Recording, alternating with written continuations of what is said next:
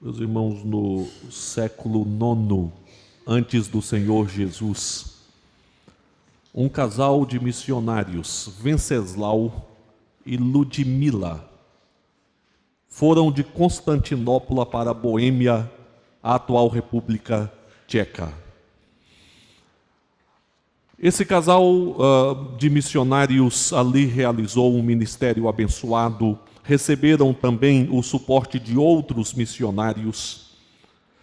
O trabalho foi plantado naquele país, o Evangelho de nosso Senhor Jesus.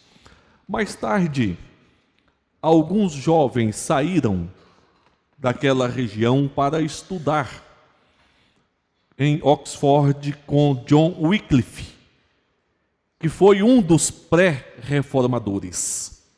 John Wycliffe defendia a palavra de Deus, pregava a palavra de Deus. E estes jovens retornaram para a sua terra, levando os princípios do Evangelho, inclusive um deles, John Hus, que foi professor da Universidade de Praga, pregador ardoroso do Evangelho de nosso Senhor Jesus, foi perseguido, foi morto na fogueira. Mas foi assim que nasceu naquele país a chamada Igreja dos Irmãos. Uma igreja essencialmente evangélica antes da Reforma Protestante. No ano de 1620, a Áustria tomou a Boêmia e quis reimplantar o catolicismo naquele país. A Igreja dos Irmãos foi duramente perseguida. Muitos foram mortos. Outros tiveram que fugir. E foi nessa época que um conhecido educador, chamado João Amós Comênius, disse: a mãe se tornou vampira. Porque entendia que a própria igreja estava os perseguindo, tirando-lhes a vida.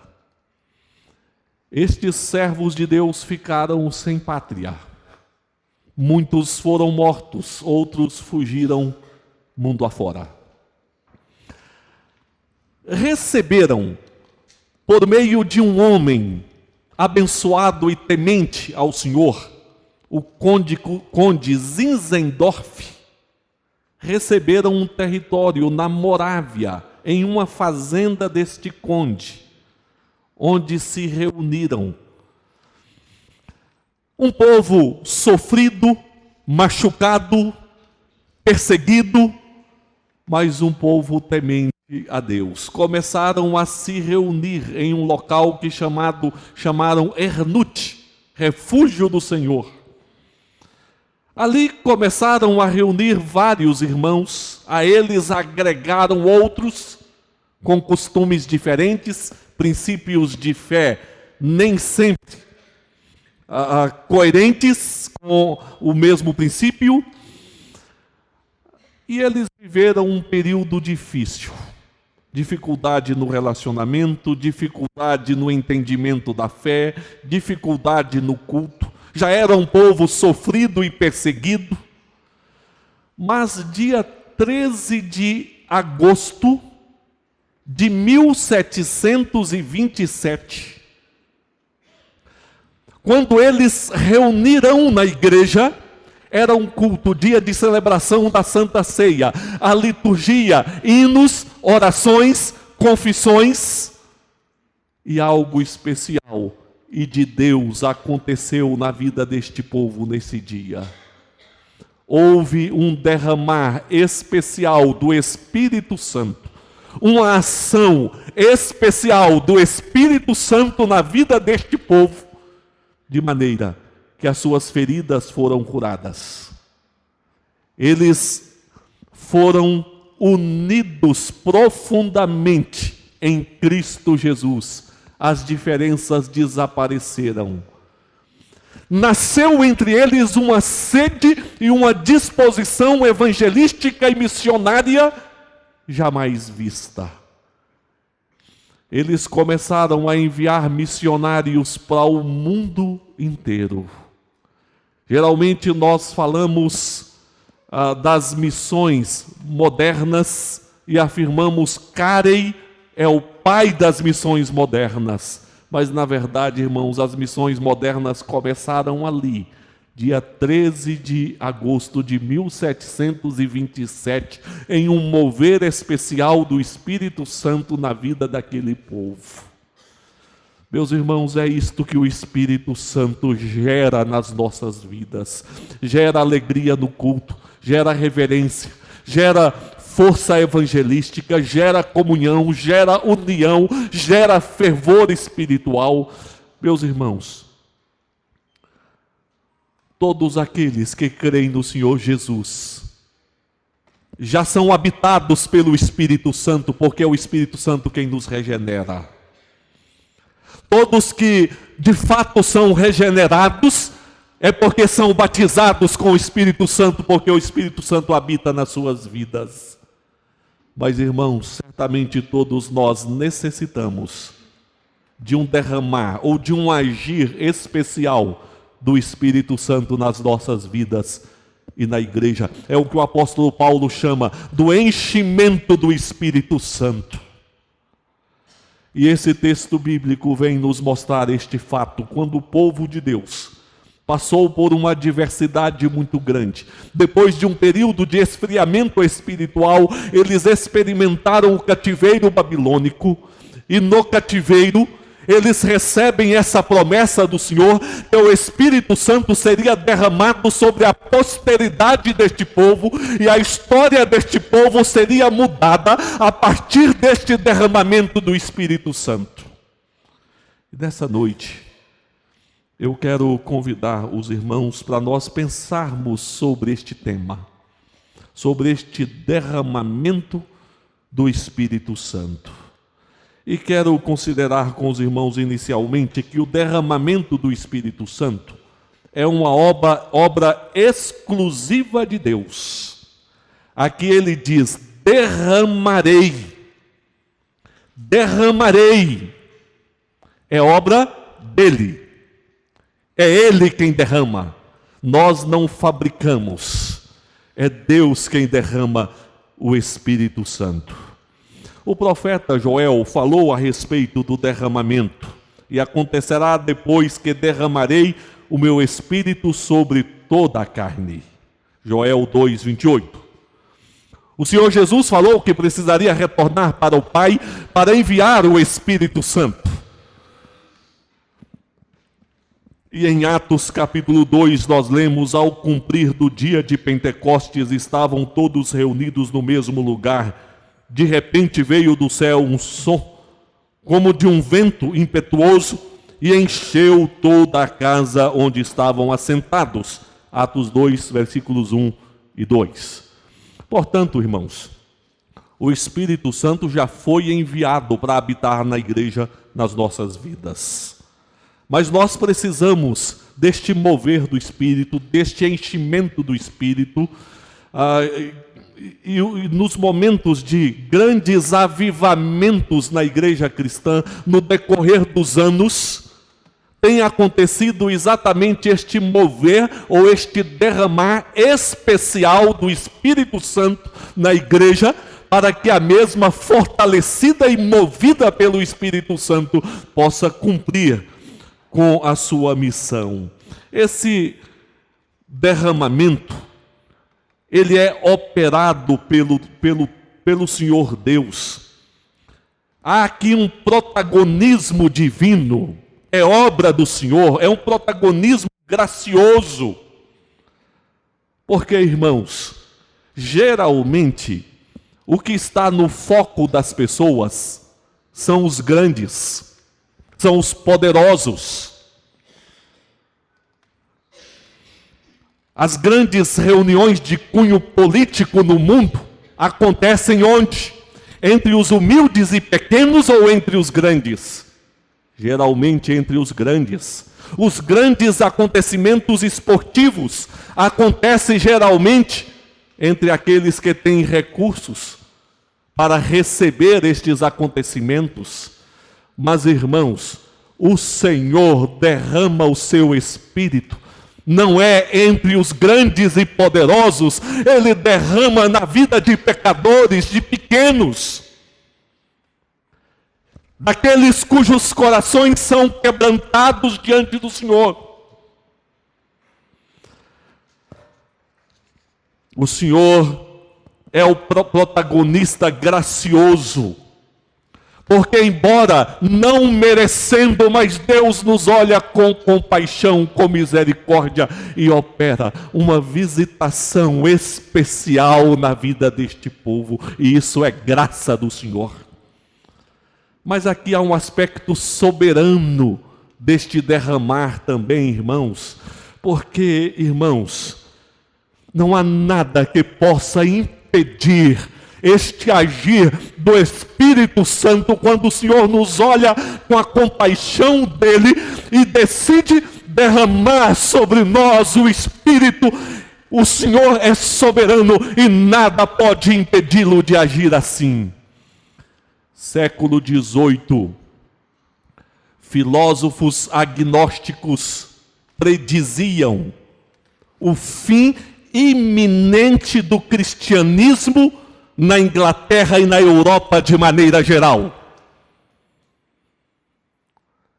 Mas no fim do século XVIII, houve um avivamento na Inglaterra, um mover especial do Espírito Santo em todas as classes sociais. E a predição foi frustrada, porque o Espírito Santo de Deus derramado naquele povo levantou uma igreja vigorosa e fervorosa. É um derramar gracioso, soberano e generoso. Aqui o Senhor fala de torrentes. Nós vimos lá em Atos dos Apóstolos que a casa ficou cheia. Quando Salomão, na inauguração do templo, orou, a glória do Senhor encheu o templo. E o Espírito Santo atua também para encher os nossos corações e as nossas almas.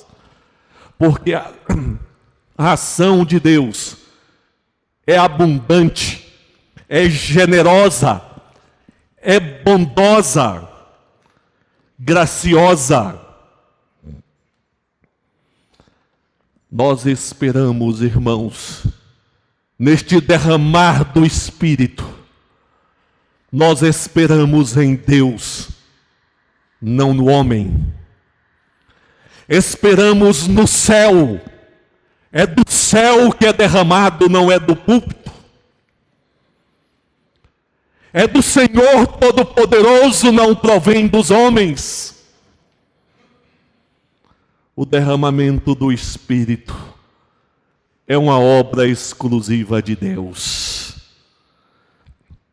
Mas ainda, irmãos, eu considero com os irmãos na palavra que o derramamento do Espírito Santo é uma necessidade absoluta da igreja.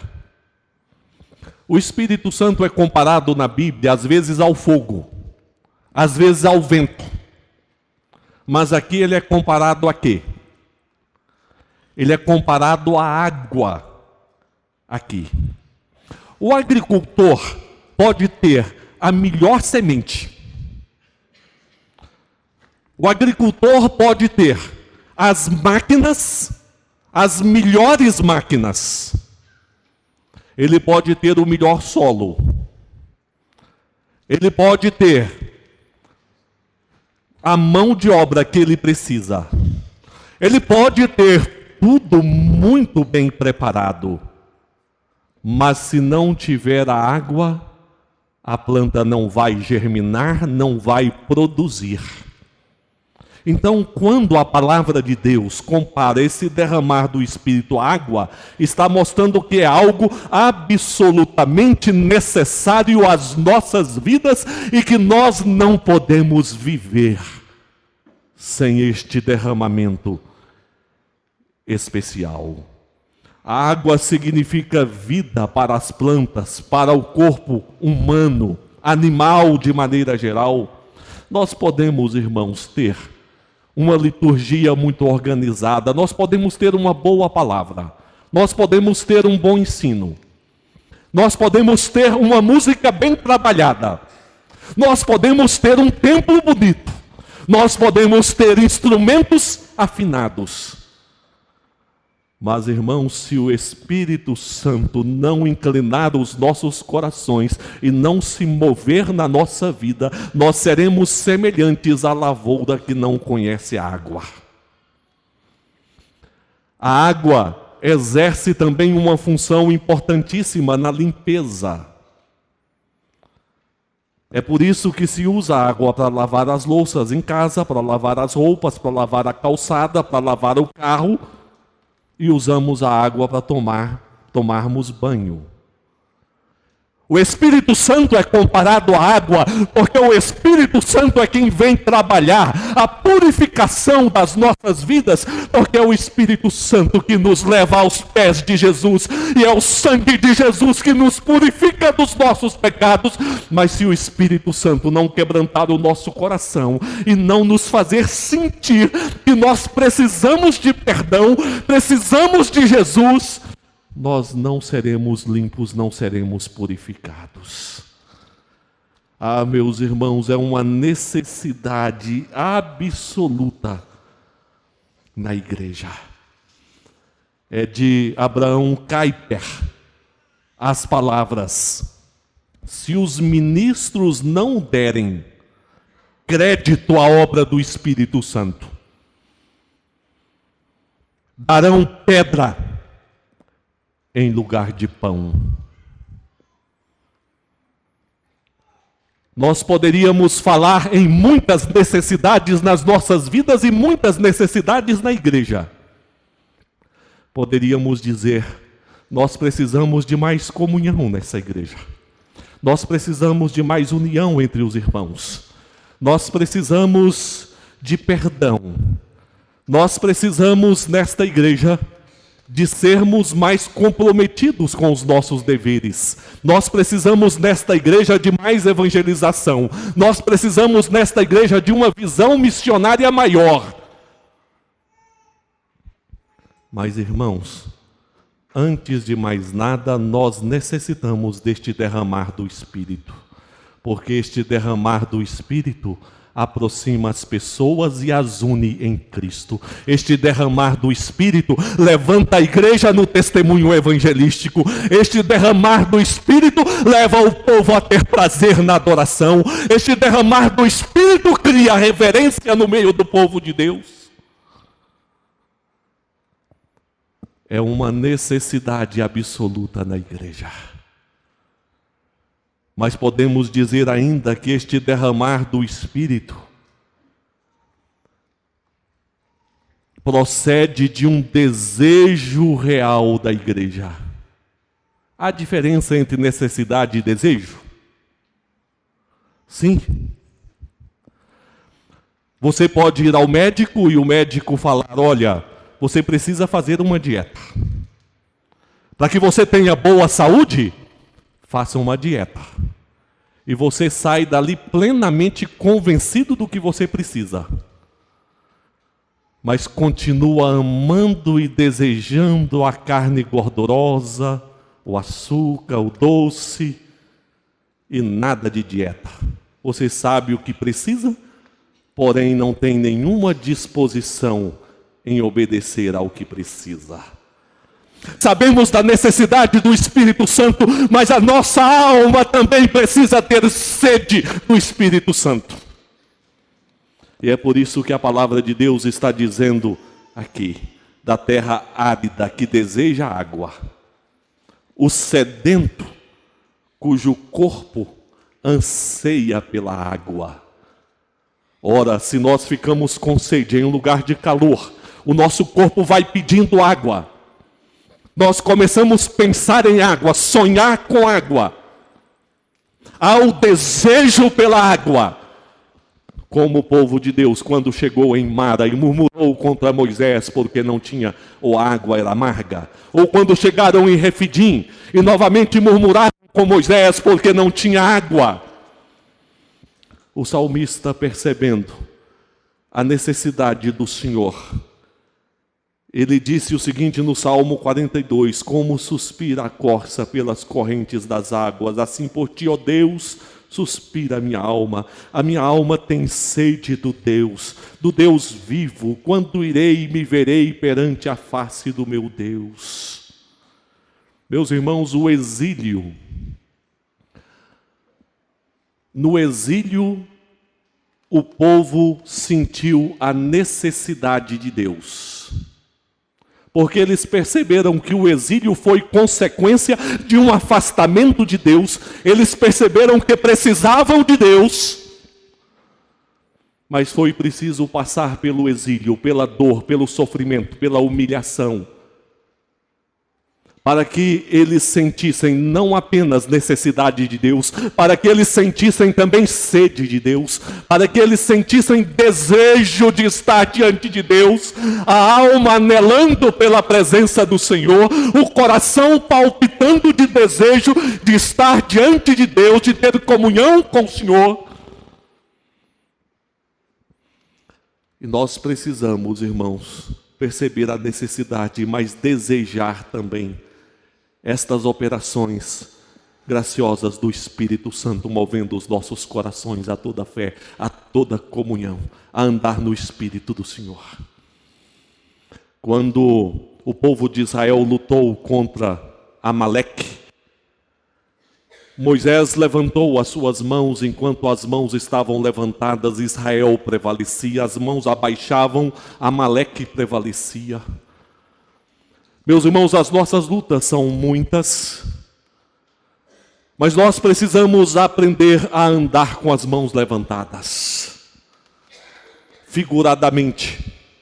As nossas mãos precisam estar erguidas ao céu, porque é do céu que virá a graça a irrigar o coração seco e árido. É do céu que emana a graça de Deus sobre a nossa vida. Mas é preciso levantarmos as nossas mãos desejando ardorosamente esta visitação e esta operação especial da graça e do poder de Deus em nossos corações, em nossas vidas e em nossas almas. E este nosso desejo, ele vai se mostrar por meio da busca, por meio da oração, da invocação ao Senhor. O derramamento do Espírito é a obra exclusiva de Deus. É uma necessidade absoluta na nossa vida, irmãos. Procede de um desejo real. É preciso haver esse desejo no nosso coração. Mas eu quero finalizar dizendo o seguinte, que o derramamento do Espírito é a única garantia de frutificação da igreja. É a única garantia de frutificação da igreja. Quando a chuva cai, a terra frutifica. Você pode ver um lugar árido e deserto, mas quando a chuva cai, a planta verde aparece, as flores aparecem e ela começa a frutificar. É o derramar do Espírito Santo que permitirá a igreja a frutificar diante do Senhor, e somente o derramar do Espírito pode levar a igreja a frutificar diante do Senhor. Mas quais são os frutos? Esse texto fala especialmente de 3 frutos, irmãos. O primeiro, o medo é substituído pelo consolo, pela segurança e pelo júbilo. Agora, pois, ouve, ó Israel, servo meu, ó Israel, a quem escolhi. Assim diz o Senhor que te criou e te formou desde o ventre, que te ajuda. Não temas, ó Jacó, servo meu, ó amado, a quem escolhi. Ah, meus irmãos, ele diz: não temas. Esse povo tinha razões para temer, estava em terra estranha. Mas ele diz: não temas. Não adianta você chegar para uma pessoa apavorada e dizer: fique tranquilo, não tema.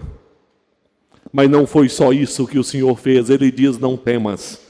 Mas ele disse que faria chover sobre este povo, que derramaria o Espírito Santo sobre este povo, e seria este derramar do Espírito Santo que tiraria o temor do coração deste povo, seria o derramar do Espírito Santo que daria consolo e que daria segurança com referência ao dia de amanhã. Então o temor que muitas vezes nos assola, os temores interiores, o temor com referência ao dia de amanhã, com referência à saúde, com referência à vida eterna. Ah, meus irmãos, estes temores vão sendo tirados, mesmo porque a palavra diz que o amor lança fora o medo. Mas que amor é este? É o amor de Deus que é derramado pelo Espírito Santo nos nossos corações. Então, quando há o derramamento do Espírito Santo, o amor de Deus está no nosso coração. E pelo amor de Deus nós somos consolados, irmãos. Pelo amor de Deus nós temos segurança na vida.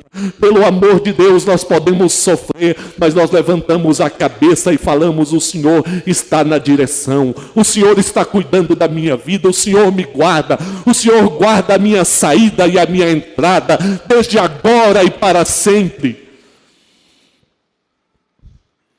Então esse é o primeiro fruto do derramar do Espírito. Segurança, consolo de alma. Segurança e consolo de alma. Mas este derramar do Espírito traz um outro fruto, que é a espontânea pregação do Evangelho. A espontânea conversão. O prazer em relatar a quem você pertence.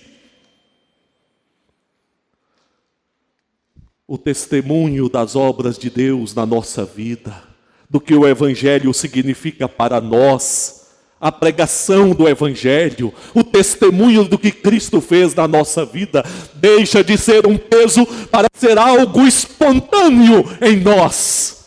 Veja, irmãos, o que nos diz o verso de número 4 e 5. E brotarão como a erva, como salgueiros junto às correntes das águas. Um dirá: eu sou do Senhor. Outro se chamará pelo nome de Jacó. O outro ainda escreverá na própria mão: eu sou do Senhor. E por sobrenome tomará o nome de Israel. Ah, meus irmãos, com esse derramar do Espírito, acabarão os apelos para evangelizar. Não precisamos fazer apelos. Evangelize o seu vizinho, evangelize o seu amigo de trabalho, evangelize o seu parente. Com este derramar do Espírito, a evangelização acontecerá de forma espontânea e brotará como os salgueiros. Um dirá: eu sou do Senhor.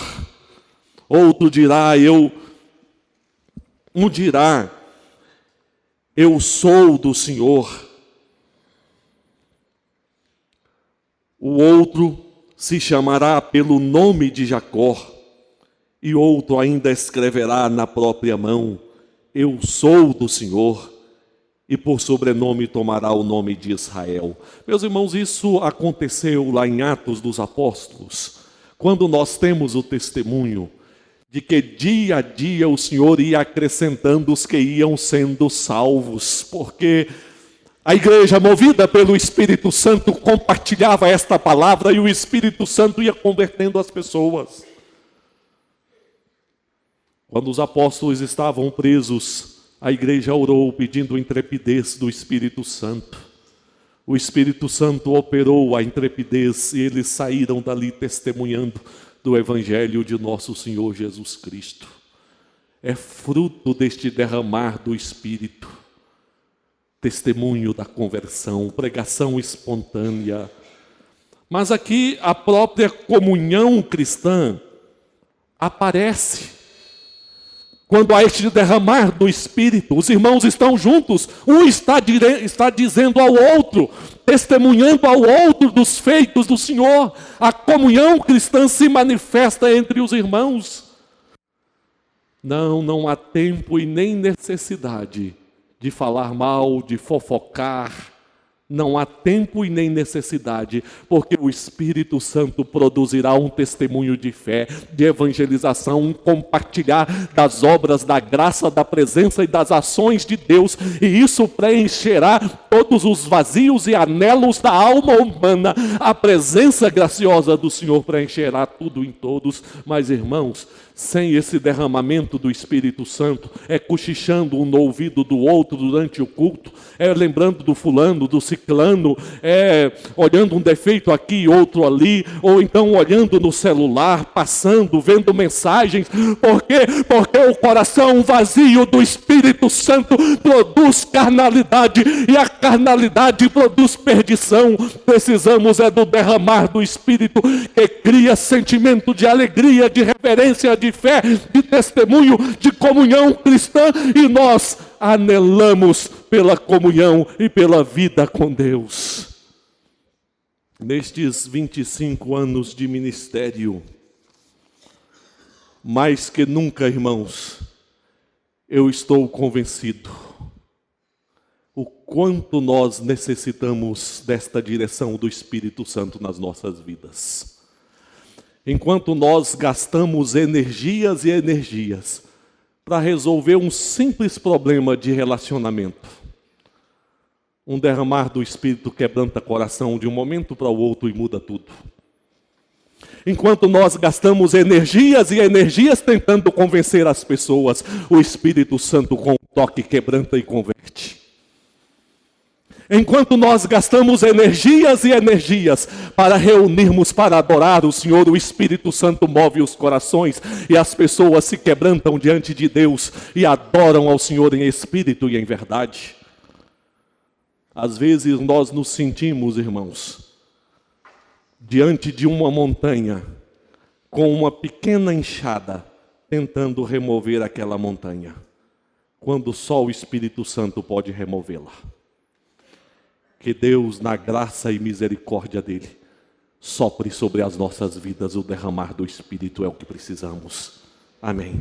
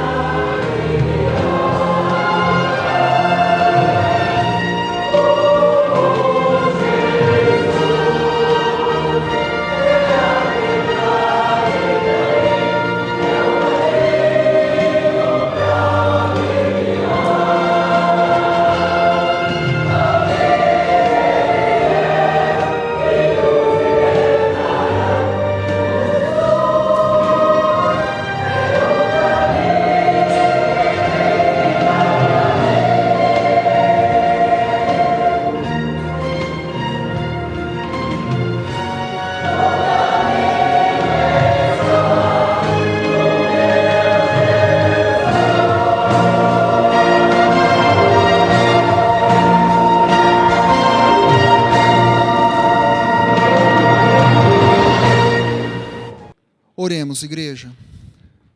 Senhor Deus Pai Todo-Poderoso, Criador do céu e da terra, mais uma vez chegamos ao final do teu culto, mas a tua graça não tem fim em nossas vidas. Senhor, reconhecemos que o teu Santo Espírito se manifestou hoje aqui no teu templo, Senhor, durante os instantes desse culto. Mas muito mais do que se manifestar o teu Santo Espírito em templos construídos por mãos humanas, o teu Santo Espírito se manifesta e se derrama em nossos corações, porque as tuas escrituras nos ensinam que nós somos templos vivos do teu Santo Espírito. Senhor, reconhecemos que o derramamento do Espírito Santo só pode vir de Deus, através de uma obra exclusiva e graciosa de Cristo Jesus em nossas vidas, Senhor. E temos a certeza que as tentações podem bater nas portas dos nossos corações, mas através do Espírito Santo, o pecado nunca habitará em nossas vidas. As tribulações podem bater na porta do nosso coração, mas através do Espírito Santo em que nós habita, jamais tomarão conta do nosso coração. Senhor, através do derramamento do teu Santo Espírito nas nossas vidas, fortaleça-nos, Senhor, santifica-nos cada vez mais, e que nós possamos ser conduzidos, Senhor, nessa semana que se inaugura, através do teu Espírito que em nós habita. Essa oração nós fazemos no nome santo de Jesus Cristo. Amém, Senhor. Recebei a bênção, igreja. Que a graça do Senhor Jesus, que o amor de Deus e Pai, que o poder, as consolações e a comunhão do Espírito Santo repousem sobre todos os irmãos, abençoando a toda a igreja, no nome do Pai, do Filho e do Espírito Santo. Amém, Senhor.